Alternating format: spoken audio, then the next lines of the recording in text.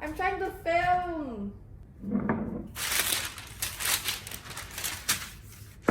I can't do it. I can't do it. What, slowly? Flaky pastry dough. It's almost impossible to laminate butter in a hot kitchen, and I'm gonna show you how through ways I've adapted to it, because it's possible. Welcome to my channel, my first video. Alright, shall we get to it? Let's get to it.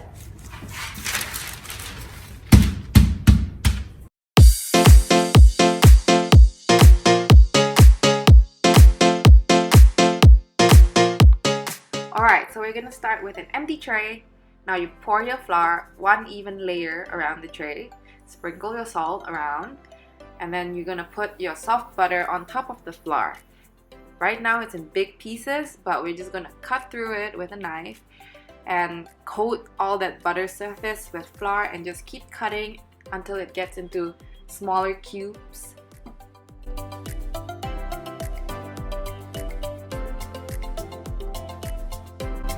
Now I'm gonna bring in my fork, and with the fork I'm gonna use the holes of the fork to help me form even smaller pieces. So I just press through the butter on the flour as such, you can see, and little slabs of butter is just squeezing out of it. And I'm just pressing and stirring, coating all that butter pieces with flour, and then pressing again and repeating that process. So we just want a very uniform size. When you feel the butter is getting a bit too soft, we'll just pop it back in the fridge for 15 minutes to let it harden up a bit before working on it again. Alright, repeat the process. Keep pressing and stirring, pressing and stirring until you get pebble-sized pieces that are uniform. No humongous chunks, but yet they're not too small either, because you don't want them to disappear in the dough. So pretty significant piece. And then now we're just going to gather it all up together and make a well. Pour in that water, room temperature is fine, and some vinegar, a tablespoon, and then we're just going to stir it up. Just keep going slowly. You don't want to do heavy mixing on this part either. You just want to get the water to soak up with the flour. And then at this point, I'm still using a knife, kind of chopping the big chunks and bringing it over, and then chopping it again, bringing it over. Once it's quite moistened up, I'm gonna start using my hand and gather it all into one big giant clump of dough. Not kneading, not working the dough, just pressing it and like compressing it together into a chunk of dough.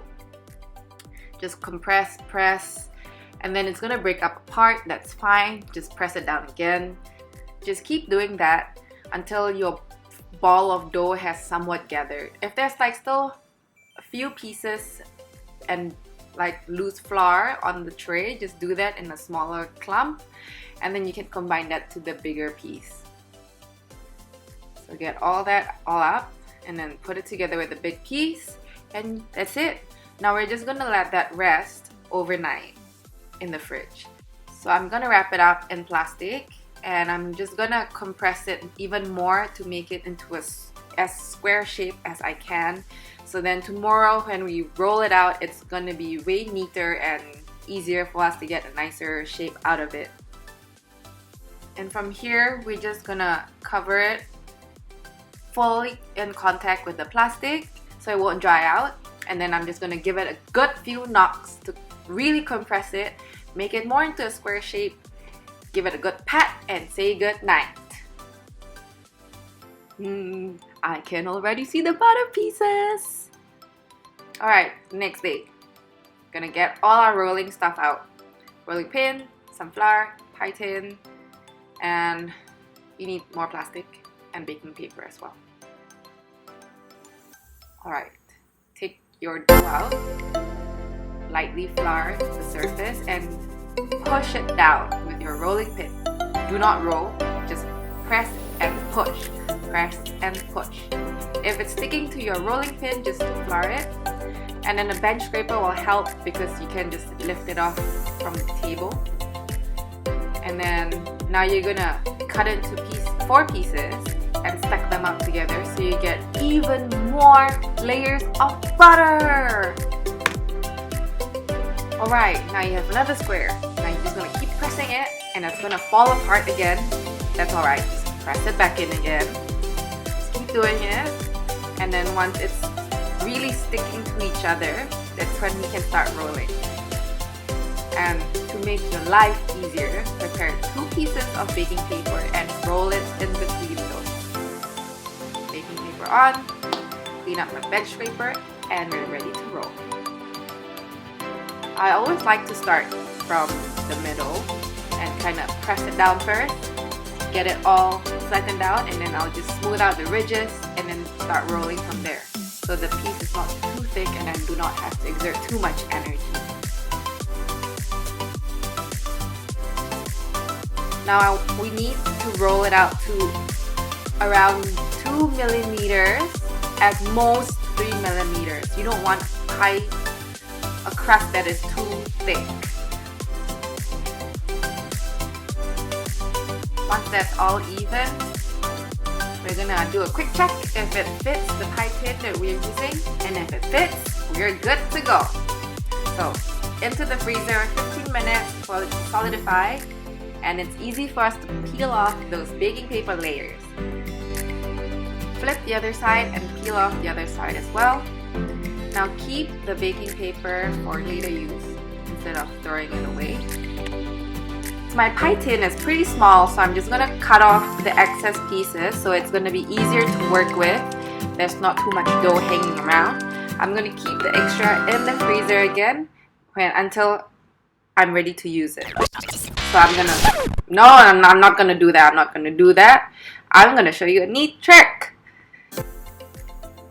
So we're going to take the plastic wrap, cover it over, and then flip that.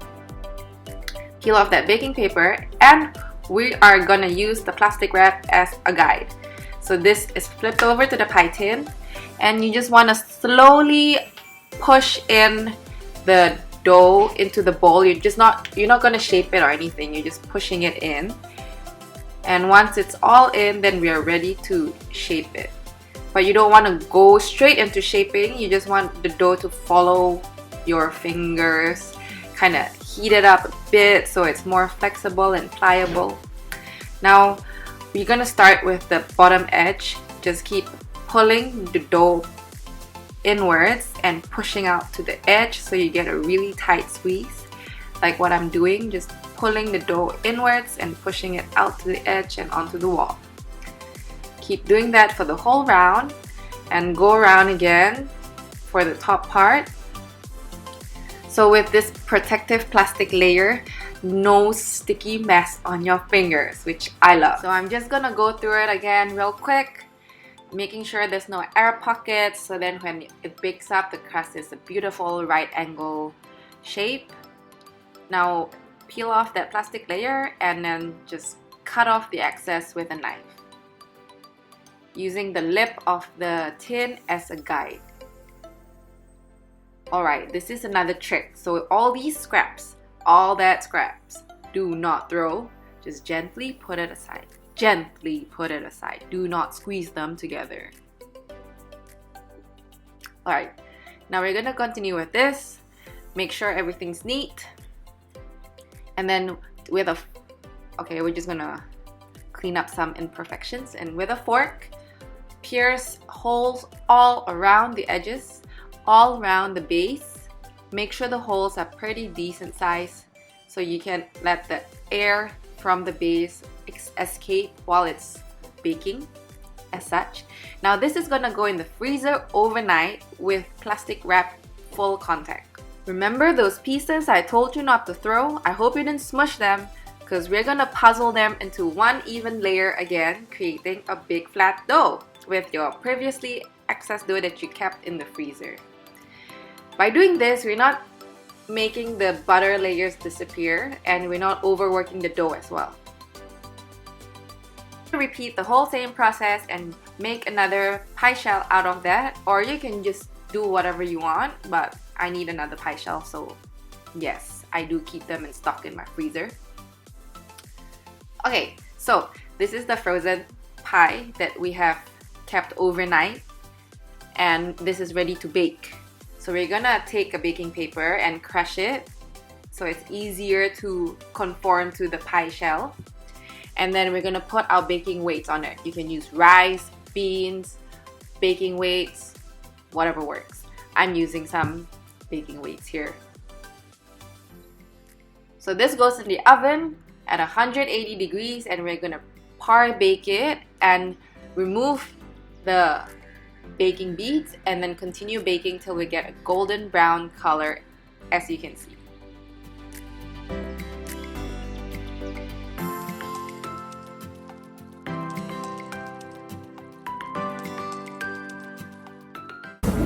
And that's it. I hope you guys learned something. Stay tuned as we're gonna be making more pies, galettes, quiche with this guy. Now you can see all that flakiness, all that layers that we've created from so little work, and just being really patient with the dough. Letting it rest in the fridge, letting it rest overnight, and you get magical layered pastry dough, which is so flaky, so crusty, so flavorful. Oh my god, I love it.